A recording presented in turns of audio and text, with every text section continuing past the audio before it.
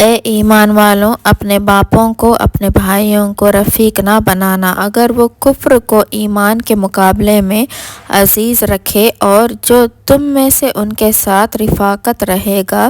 تو ایسے لوگ بڑے نافرمان ہیں۔ آپ صلی اللہ علیہ وآلہ وسلم فرما دیجئے، اگر تمہارے باپ، تمہارے بیٹے اور تمہارے بھائی اور تمہاری بیویاں اور تمہارا کنبہ اور وہ مال جو تم نے کمائے ہیں اور وہ تجارت جس کے مند پڑ جانے کا تم کو اندیشہ ہو اور وہ گھر جس کو تم پسند کرتے ہو تم کو اللہ، اس کے رسول اور اس کی راہ میں جہاد کرنے سے زیادہ پیاری ہیں، تو تم منتظر رہو یہاں تک کہ اللہ اپنا حکم سزائے ترک ہجرت کا بھیج دے، اور حکم نہ ماننے والوں کو اللہ ان کے مقصد تک نہیں پہنچاتا۔ اللہ نے تم کو اکثر مقام پر کفر کے مقابلے میں غلبہ عطا کیا اور حنین کے روز بھی جبکہ تم کو اپنی کثرت کا بھرم تھا، پھر وہ کثرت تمہارے لیے کوئی مفید نہ رہی اور تم پر زمین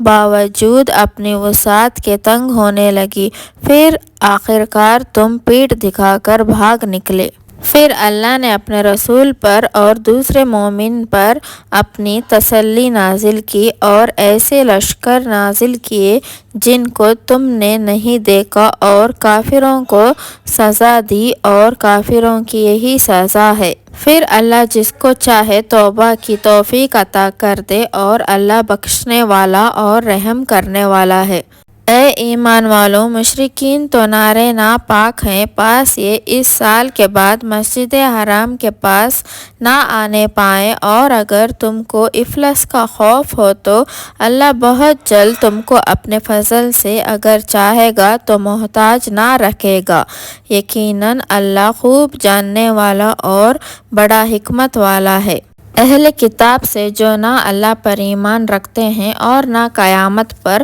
اور نہ ان چیزوں کو حرام سمجھتے ہیں جو اللہ نے اور اس کے رسول نے حرام کی ہے، اور نہ سچی دین کو قبول کرتے ہیں، یہاں تک لڑو کہ وہ متحد ہو کر اور رعایا بن کر جزیہ دینا منظور کریں۔ اور یہود نے کہا کہ عزیر اللہ کا بیٹا ہے اور نصارہ نے کہا مسیحا اللہ کا بیٹا ہے، یہ ان کا قول ہے ان کے منہ سے کہنے کا، یہ بھی انہی لوگوں کی سی باتیں کرنے لگے ہیں جو ان سے پہلے کافر ہو چکے ہیں۔ اللہ ان کو غارت کرے، یہ کدھر جا رہے ہیں۔ ان لوگوں نے اللہ کو چھوڑ کر اپنے علماء اور مشائخ کو رب بنا رکھا ہے اور مسیح بن مریم کو بھی، جبکہ ان کو یہ حکم ہے کہ بس ایک معبود کی عبادت کریں جس کے سوا کوئی بھی عبادت کے قابل نہیں ہے، وہ پاک ہیں ان کے شرک سے۔